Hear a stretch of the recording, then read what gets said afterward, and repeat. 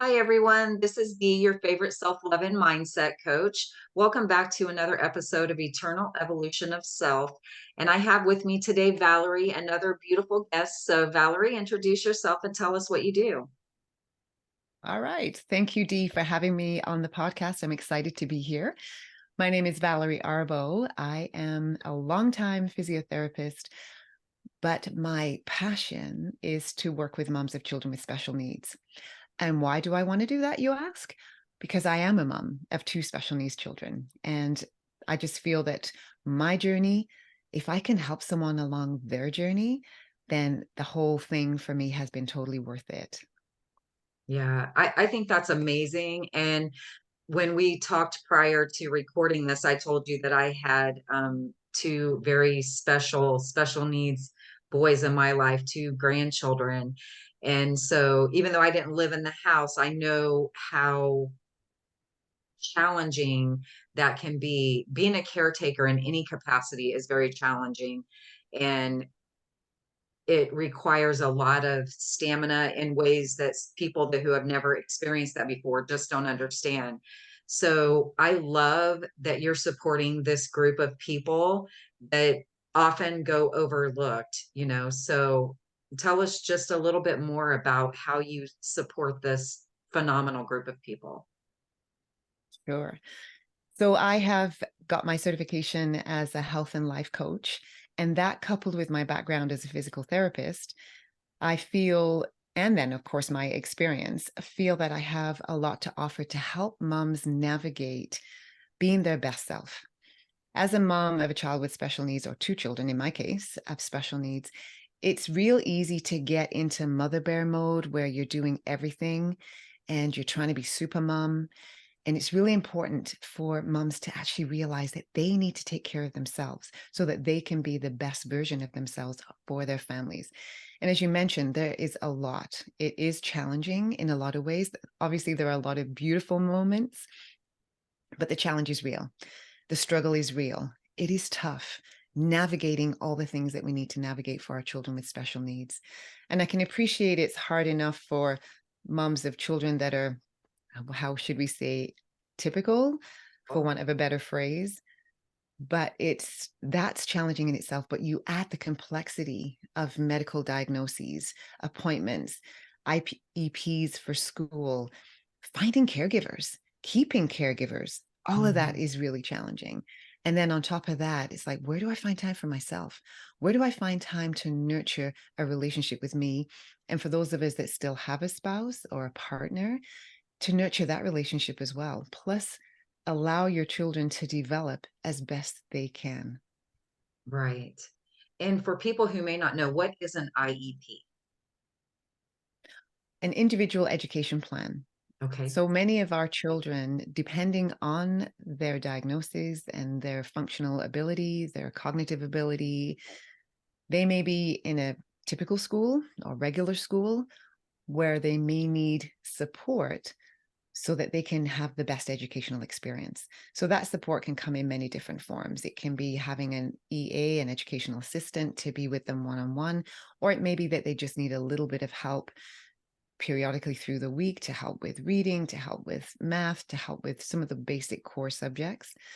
And then it could be down to my oldest child is totally dependent for all care and actually needed to be in a school with other children like her. So children that had complex medical needs. In our situation, we needed a school where they could feed her. My child is fed via a G tube. So the food goes directly into a hole in her tummy and goes directly into her stomach.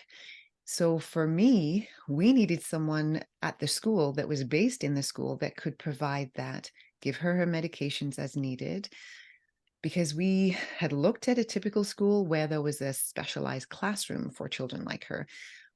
And home care, I live in Canada, so we have, and I live in Alberta, so we have home care that actually goes into the school. So licensed nurses that go into the school to help with the medications and help with feeding. But it came to our attention that should they have a situation where they couldn't send someone in because there was a sick call and there was no replacement, then it was the parents' responsibility to get there. Oh, Now wow. I work, my husband works, So that wasn't necessarily going to work for us. So we were kind of somewhat corralled into going into a school that dealt with children with special needs, where they had nursing on staff so that they could be dealt with their feeds and their medications and that kind of thing. It's amazing they have a school that has those amenities, I guess we'll call them, because it is a need, and they do deserve to get out and be able to participate in activities with other people that are like them, and get that individualized care. So I love that that is available to you there. I'm Mhm. not sure if that's available in the United States. I don't have this particular need in my own home, so it would be interesting to find out if that's available here. But so if people need this kind of stuff, where do they go to look for this information to capture the best scenario for their child? From an education perspective, Yes. Well, yeah. in a community perspective, where do we go to find this information? For us, we have a diagnosis for our oldest of cerebral palsy. So we had a prolapsed cord, which I didn't even know a cord could prolapse. This was a whole new thing for me. So what happened is the umbilical cord prolapsed, kind of came out before the baby was born. So as you know, that's the vital link from mother to child for all the nutrients, all the oxygen, all that kind of stuff. And because that happened, there was a lack of oxygen to my oldest. Her name is Melody Ann. There was a lack of oxygen to her brain. So for us, we got the diagnosis of cerebral palsy. And with that, we were able to then connect with the Cerebral Palsy Association. So where I live, there's actually a local organization for cerebral palsy and families, for children with cerebral palsies and their families. And then there's also a provincial. So Canada's divided into provinces. So we also have a provincial one as well. So that's one place, looking for an organization for the diagnosis that you have. And they will have a ton of resources with regards to education, with regards to equipment, with regards to doing life with that designation, with that diagnoses. Had a moment there. We all have those moments. I think it's that time of life where the memory's not as sharp as it used to be, but yes. So I think that would probably be one of the first places I would direct someone is tap into the diagnoses association that will be able to give you tons of resources, as I say, and link you with other people that are going through the same thing, that are sort of, walking a similar journey to you. Mhm. How soon after you received these diagnoses for your children did you start reaching out for what's the word I'm looking? See, I'm doing it too. It's contagious. Um, Resources in the community. How soon after you receive a diagnosis should the parent conceivably reach out for resources to help them through life in I would, this? yeah, I would say right away, as soon as you know. Now, for some, the diagnosis is very plain as the child is born. For some, it might come later. But as soon as you know and you're accepting of the diagnosis, because a lot of parents, it's a difficult journey to Yes. accept the diagnosis. And so pushing that on people right away might not necessarily be in their best interest. Parents have to come around to the idea of, okay, there's something not potentially quite right. So let me see if I can get some help. But you have to be ready to receive the help. It's like taking a horse to water, but you can't make it drink. Same Right. sort of idea. So my hope would be that as parents sort of start to recognize that there's something, that they can reach out to either their pediatrician, to their family doctor, if they have any concerns about, hey, I'm thinking something's not quite right. For some parents, it might come when their children start school or preschool. And it may be that the providers in those institutions might flag the parents and just say, hey, just a little bit of a concern, just want to bring this to your attention. What do you think? What are your thoughts? And hopefully that's being done kindly. And as the parents are receptive, then these institutions, these teachers, these care, caregivers can actually give that information. So my hope is that parents can have access at whatever phase they are ready to receive that information. Yeah, and it's so fortunate that now in this day and age we have so many resources available that weren't available, decades ago. So I know that guilt for not being able to do everything for your child is a big thing, even in typical children. So, how do you encourage parents who have the guilt factor to reach out to other people and like respite care, whatever they need to do, as you said, to take care of themselves and refill their own cups? How would you encourage them to deal with the guilt over the not being everything? Yes, and I'm glad you brought it up that it's not just specific for parents of children with special needs. This is all parents. Right. We're all Absolutely. second guessing. Did we do it right? Am I harming my child psychologically? Whatever the Yes. case may be.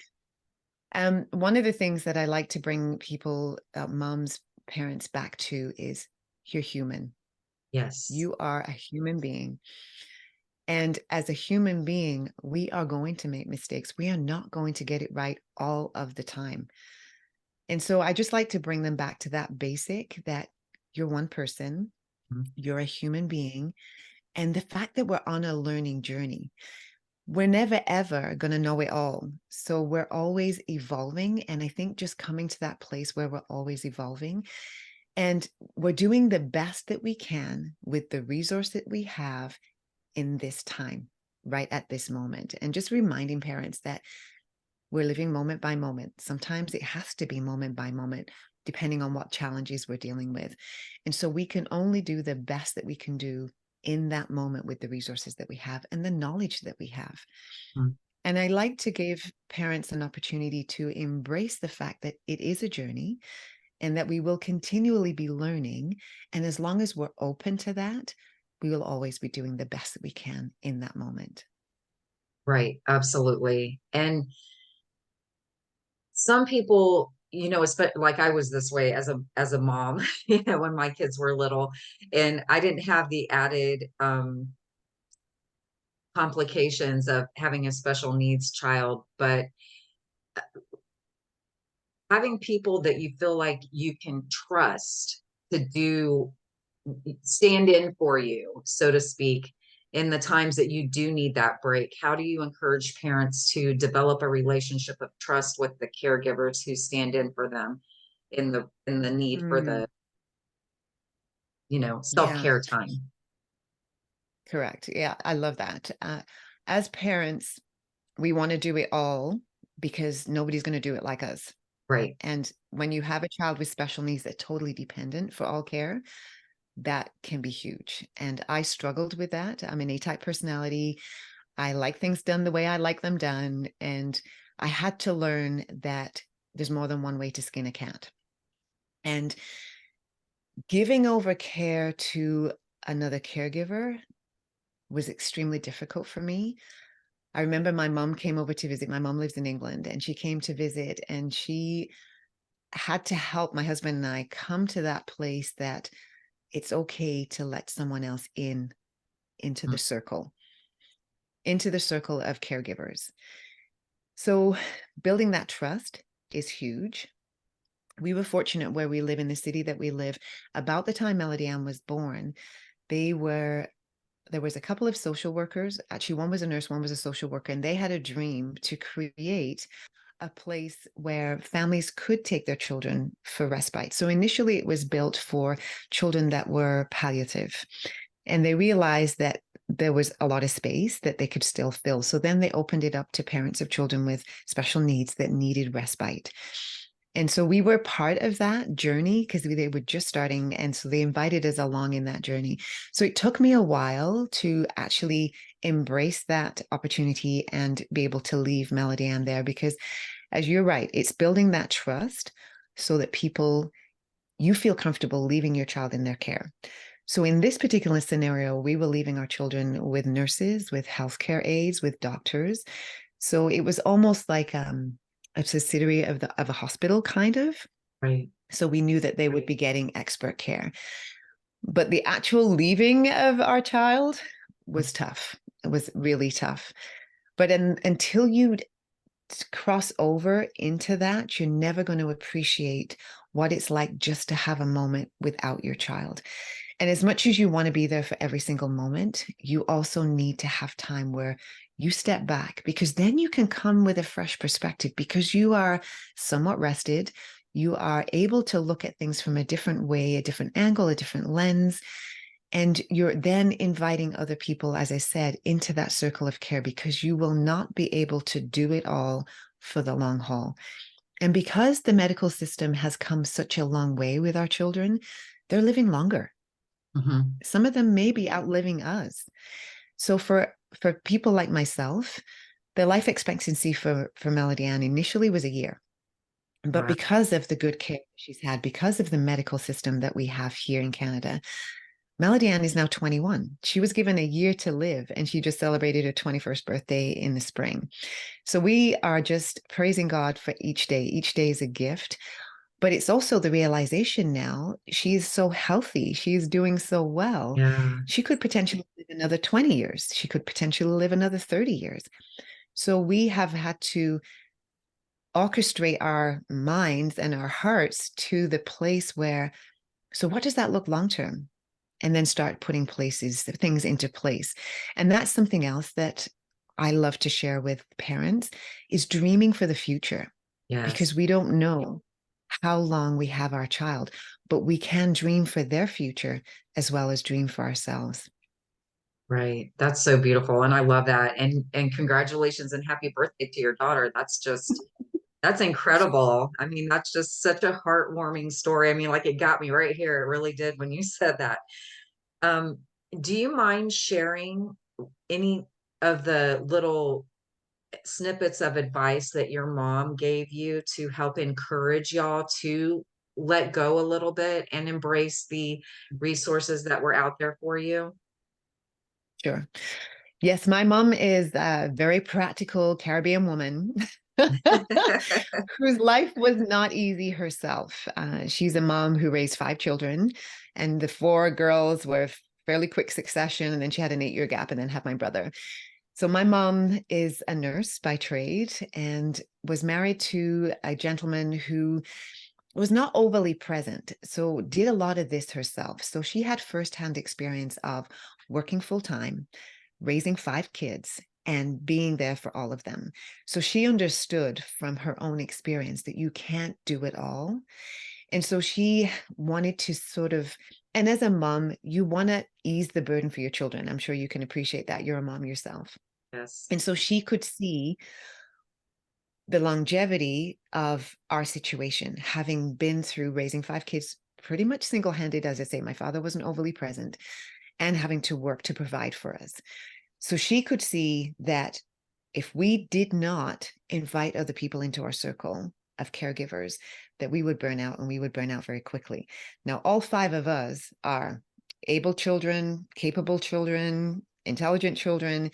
And so she didn't have the complexity of the special needs. And Melody Ann is total care. So she could see where I couldn't see because I'm just new into this. And I'm going to do it all because that's what Right. moms do, Yes. but not understanding the big picture of it. But mom came in understanding that. And so she was able to kind of sit us down. And, it's not easy when you're a grown woman to take advice from your mom sometimes. But Right. because I love her so much and because I appreciate her experience, Scott and I were able to sit and listen. Now, I'm not saying that we jumped on board right away, but we were able to take it on board. And my mom, being a Caribbean woman, is one of those kind of women that she just tells it like it is. Mhm. And she might not have the best of tact sometimes, but I know she's coming from a place of, I love you, my heart is with you, and I want the best for you. So what she tells me, I know she's coming from a place of deep love for me. Yeah. So we were able to take it on, and Scott and I needed time to process. And that's something that I would encourage parents is take the time to process the information, because there's a lot coming at you and you might not be able to see, but giving respect to someone else's perspective that has walked a similar walk maybe, or has a different perspective, i.e. they've got life experience to be able to lend to you. And the fact that they want to gift you with that is huge. Right. So I think just being respectful of receiving the information, you might not act on it right away, but do take time to process it. Right. And realizing that they're not saying you're doing it incorrectly.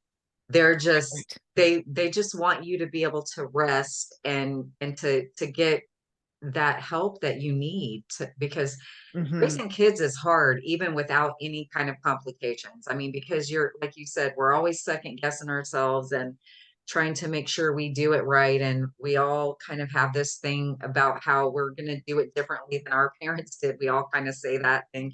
Well, I'll never say that to my kids. I've said that so many times and found myself going, because I said so. And that's got to be good enough for you in this moment, you know. And I always swore I'd never say that to my kids. So I think just realizing that, you know, that they're not saying we're doing it incorrectly. They're just trying to give us more support. And Hmm.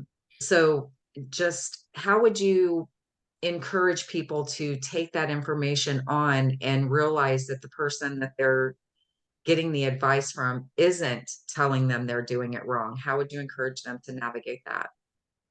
Yeah.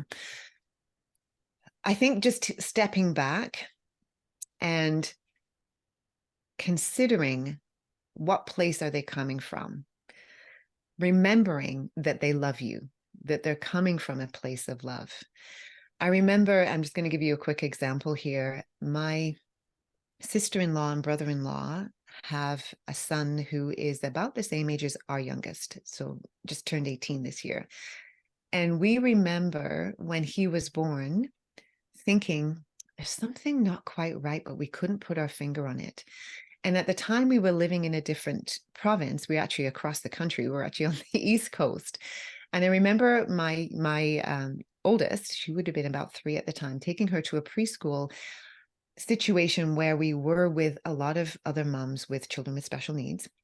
So it was kind of like a specialized group. And those moms, the majority of them had children with autism. And I remember saying to them, so how did you feel when your family mentioned that there might be something, not quite right with your child? And it was very interesting. There were a number of them that said they were extremely offended and that they did not talk to those family members either for a while or were still not talking to those family members. Wow. So that made me consider, you really have to be careful how you present that kind of information. So to our brother-in-law and our sister-in-law, when we recognized, we saw them when their baby was 9 months old, I think, and that's when we kind of noticed something wasn't quite right. And then we saw them again when he was 2. And for us, it was like, oh, we definitely are seeing signs of autism. But having had that conversation with those other parents, it made us think, okay, we have to be really careful how we approach this. So, advice for both: if you're giving that suggestion that they may want to think about their child and how their child is developing, think very carefully how you present that. And remember that you need to come from a place of love. And as the person receiving that, just step back and think, okay, they're saying this, they're not trying to make me feel awful, or they're not trying to, as you said, condemn me for how I'm raising my child. They're speaking from a place of love. And so all of it, whether you're giving, whether you're receiving, needs to be sprinkled from a place of love. And we have to be kind about how we say it. So for me, we tried with our brother-in-law and sister-in-law to suggest, hey, you might want to think about having your doctor check out your child and listening for their cues. So when they brought up something that they may have been concerned about, we didn't try to tell them, oh, well, we think your child has this. It was, hey, well, I appreciate that you've noticed that. You might want to just have that checked out by a pediatrician or your family doctor if you're trusting your family doctor, if you feel that they have a lot of experience with young children. And so again, just being very mindful of how you're approaching the situation, because when it's our kids, we Yes. we don't want to hear anything that could be wrong. Like our Right. kids are perfect. Everything is going great. So it's a very, very difficult conversation to have and a very delicate conversation that you need to have. Yeah, I agree with you. I think being very mindful of I mean, I'm a big proponent of the golden rule, you know, if you don't want someone doing it to you, don't do it to them. So I would approach it from, just the love, like you said, but think how I would want it said to me if someone were going Hmm. to say it to me before I open my mouth and say it to someone else, because it is totally different. It's a totally different ball game when we're dealing with our children. I remember there used to be a person in my life that she would try to get me to argue with her. And if she couldn't get me to argue with her, she would start saying stuff about my kids because she knew like I was going to bring out Mama Bear at that point. It was on, like, don't mess with my kids, right? So I think just, realizing both of those components that people are extra protective when it comes to their kids and thinking about how you would want it said to you know, and we don't, like Hmm. you said, we don't want to ever admit that our kids have something wrong or that that they did something wrong, that there is something wrong. We want to always think, not my child. My child is the one that's doing it all Right. right and has it all together, and we want the best for our kids. So taking on that information, I'm sure can be really, really difficult. And Hmm. having it said to you in a very loving, caring, delicate, gentle Yeah. kind of way is I think you're right on point with that. That's got to be the key factor right there. To Hmm. Hmm. Yeah. so how you said people need time to process this information. How can they go about processing something really profound like this? What kind of tools do they need? Ooh, yes. So a lot of people, once they start to have a bit of an inkling, will go to the internet and research to death. And I'm not going to tell people don't do that. What I am going to say is don't spend too much time doing that because there is so much information out there that you could get yourself into some kind of vortex Hmm. where you are just getting lost in it all. And then all of a sudden, it doesn't start to make sense because there's too much information and you can get conflicting information. So I think going to the internet, yeah, I'm not going to tell you not to do it, but just don't spend too much time there.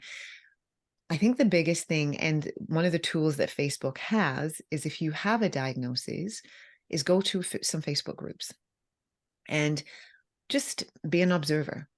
And if you have questions, if you're brave enough, put them out there because you Yeah. know that your journey is unique, but there are others that have a similar journey. Right. And there are many others that are willing to share their journey, as am I, to help someone else along their journey. So, Facebook groups, and then as I mentioned earlier, if you have a diagnosis, an association that deals with that diagnosis, tap into them because they will have a wealth of information.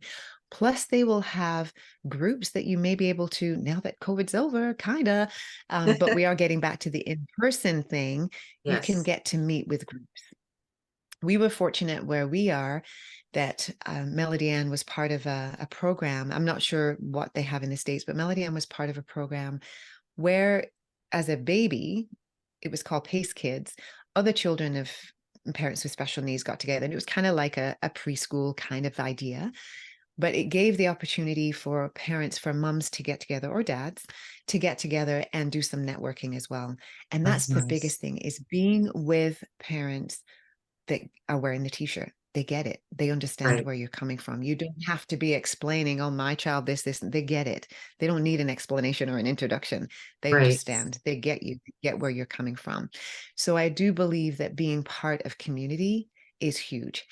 While you're processing, you might want to be insular. You might want to be. And so everybody's different. So if that's you, then take the time to do that. And if you can, reach out, even if it's just one person, or even if it's one Facebook group. And as I say, be an observer. You don't have to participate, but you can be reading the posts. You can be looking at what other people are dealing with and just kind of absorbing information that way. But once you're able to get connected. I would say get connected. That was huge for me when my children were little, is being part of a community that understood me, that got me, and that could help me along the journey. Because people can say a lot of things, and people Yes. do. We have, but people that don't understand your journey, that have not walked in your shoes on a similar journey, don't get it. Right. And it's not that you don't appreciate them trying to understand your journey, it's that you need to be with people that do get your journey. Right. Absolutely. Community is key. And the connection thing has been coming up so much in so many of my conversations with my guests recently. And it's so true. We need that connection. We need to know someone understands and gets it. It's just because we need to know we're not alone. We Yeah. need to know that. So Mhm. thank you for all of that information. One thing I would like to ask about, and I hate to even bring it up, but the world is the world and people are still people. How would you encourage someone to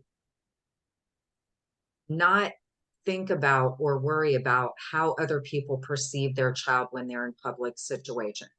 Because we still have that. We still have the people who are uncomfortable or they don't know how to act or they just blurt out the most ridiculous things. So how would you encourage someone to approach these kinds of situations? I'm glad you mentioned it. It's taking me back a number of years now, but it is something that is very real, that people don't know how to approach someone with a disability, whether it be a physical disability, whether it be a mental health issue. People, unfortunately, are insensitive.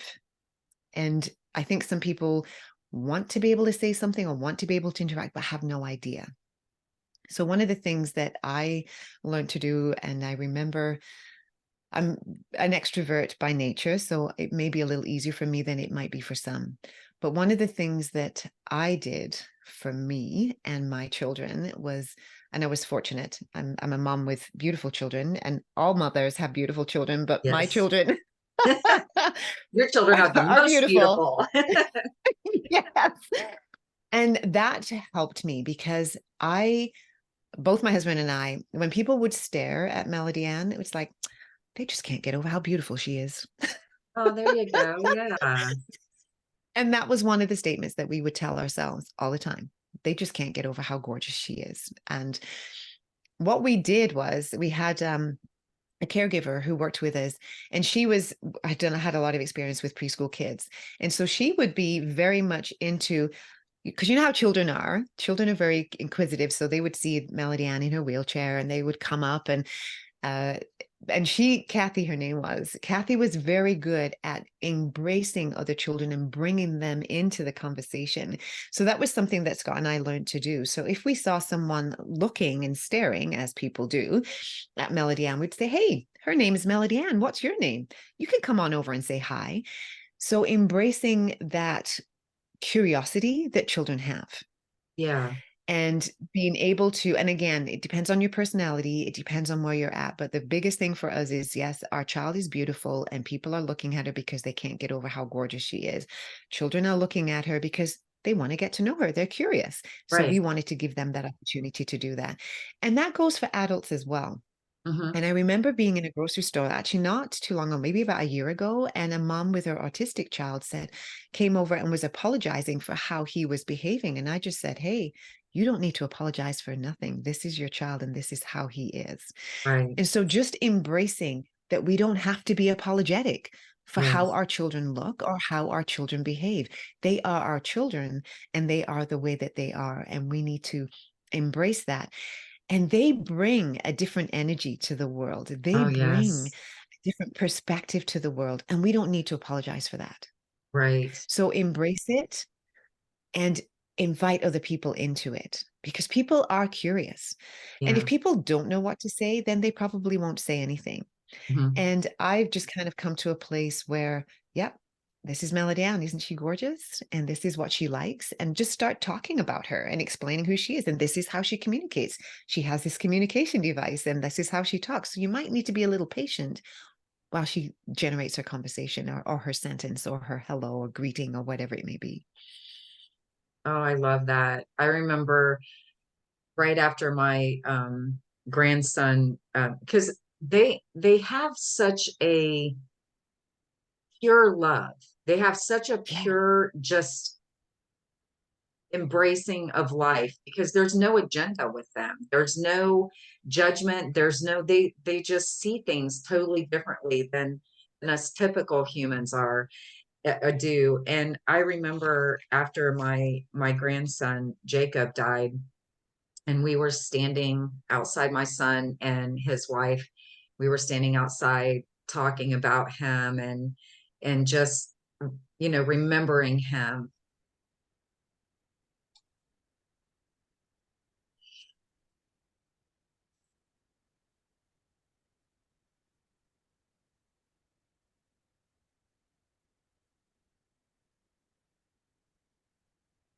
And my son said to me, Mom, we're the handicapped ones.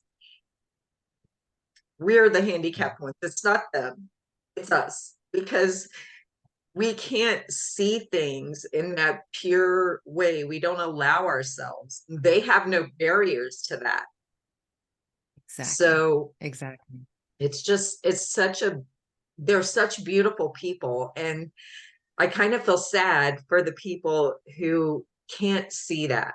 They Hmm. don't allow themselves to see that because it's such a beautiful experience to be loved by someone who has no agenda at all, no judgment at all, because they're just incapable of it. Right. It's It's the, that unconditional love, right? That they yeah, just pour out. And as you say, there's no barriers, there's no, they don't have the opportunity to create preconceived ideas about anything. They right. see things at face value. And I know when we had our initial conversation, and I just feel impressed to share this again, that Melody Ann, it's my turn to get emotional.